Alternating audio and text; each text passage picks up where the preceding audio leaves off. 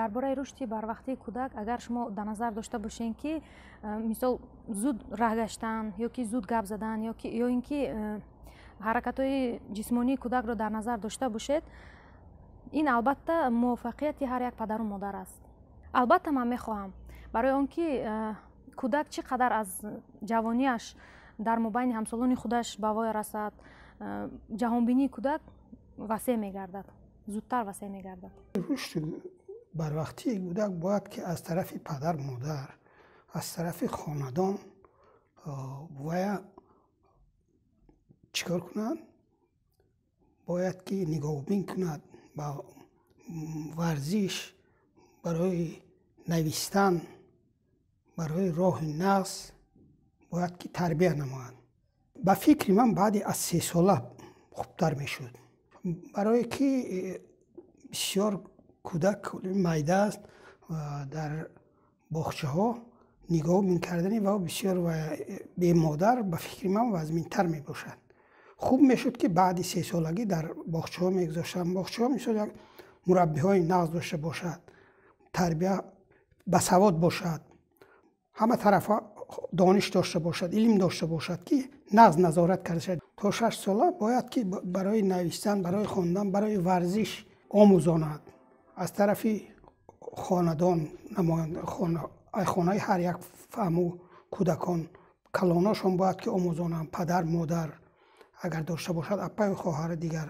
баъд боғчаҳо мураббиҳо бояд ки басавод бошад.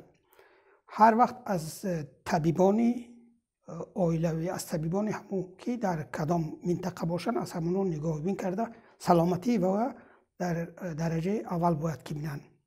кӯдак агар барвақт рушд ёбад, онҳоро мо дар боғчаҳо тарбия намоем, вай дар оянда шахси комил шуда метавонад. ӯ метавонад дар оянда роҳи дурусти худашро интихоб намояд.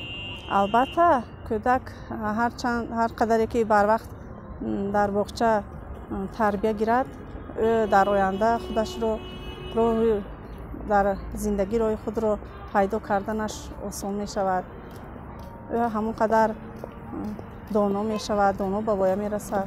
ман кӯдаконамро дар синни то 6 солагиашон дар хона тарбия кардагӣ ҳастам. ман худам омӯзгор ҳастам. дар вақтҳои холигиам бо фарзандонам ҳар гуна машғулиятҳо мегузарондам дар хона, бо онҳо бозиҳо мегузарондем. онҳоро бо китобҳову бо албомҳо таъмин менамудам. албатта зеро ки дар боғча кӯдаконро ки кӯдак бо муошират бо дигар дӯстон, дигар кӯдакҳоро ёд мегирад ва муаллимаҳо ки онҳоро дар равияи ватандӯстӣ ва инчунин тарбия мекунанд. инчунин миёни кӯдакон бозиҳои шавқовари гуногун мешавад, ҷаҳонбинии кӯдак васеъ мешавад. бо кӯдаки то синни 6 сола машғулиятҳо бештар барои омодагӣ ба мактаб гузаронидан дар кор. онҳоро ки пеш аз оне ки ба мактаб раванд, агар имконаш илоҷаш бошад, шеърҳо ёд додан дар кор, инчунин муошират бо дигарон, бо ҳамсолон ва инчунин муошират бо муаллимаҳо. барое ки кӯдакҳо бояд чизи калорӣ хӯранд ки устахонашон пухта шавад, ки кӯдакҳо касал вай нашаванд бисёр. ами кӯдакҳоро ай майдаҳакишон бояд модар чизои нағз вай кутанд ки кӯдак ами устахонашон пухта шавад. мехоҳам конечно, ман мехоҳам невераҳом ба ами херава, мисол садикои нағз дараванд, мисол вай кунанд, боғча бараванд, тарбияи вай мегиранд. лекин ҳама тарбия зависит ай модар, айми хона бояд ами тарбияра аввал модар дар хона омӯзад, баъд садико. дар хона мисол ҳама машғулиятах гузарондан дар кор, таълими хурду хӯрока хӯрдан, таълими боғча рафтан, таълими мактаб рафтан, барои мактаб тайёрӣ дидан. худам 4 та навера доштам, ҳар чораш дар боғча тарбия ёфтанд. боғча ҷои ҷамъиятие нисбат ба кӯча, таълими модар вай беҳтаранд. ҳарф омӯхтанд, афсонаҳо омӯхтанд, барои шурш баромадан ҳарф омӯхтанд, ададҳоро омӯхтанд, ҷамъу тар омӯхтанд дар то синни 6 сола. ман албатта мехоҳам, ман набираҳои худам ҳамаш дар боғчаи кӯдакона ҳастанд, чунки вай кӯдак дар он ҷо бисёртар дониш нағз мешавад, ҳам рафтору кирдори кӯдак дар боғча тамоман дигар хел мешавад. барои ки дар он ҷо ами чӣ ки набошад, барои мактаб мо мисол ҳама рӯз вақт надорем ки қатъи вай кӯдак дарс тайёр кунем, ягон чи мо ҳама кӯдаки ҳастем. ман албатта дар боғча мемонам набираҳои худро. албатта ман бо набираи худам машғулият мегзаронам, бо фарзандои худам ҳам мегзарондам. ман худам амин расм кашидан ки чӣ қадар ки дӯст ки медорам, ҳозир набирои манам нисбат ба амин расмкашӣ ҳамин чизҳо бисёр шавқу ҳаваси нағз доранд. барои ки ман худам қатъишон расм мекашам, ҳарф менишонашон метим. ҳамин чиза ман қатъи набирои худамам, фарзандои худам қатъи ҳам набирои худам қатъи давом додистам. аз ҳаму гавҳора то ба гура дониш биҷӯй мегӯяд. илм омӯхтан аз гавҳора то ба гур шарт зарур аст. ҳамун кӯдакое ки маслан на аз гавҳора, балки аз батни модар сар мешавад тарбия. вақте ки ҳамун дар батни модар аст, модар чӣ гунае бошад тарбияш, ҳамун таъсираш ба кӯдак мерасад.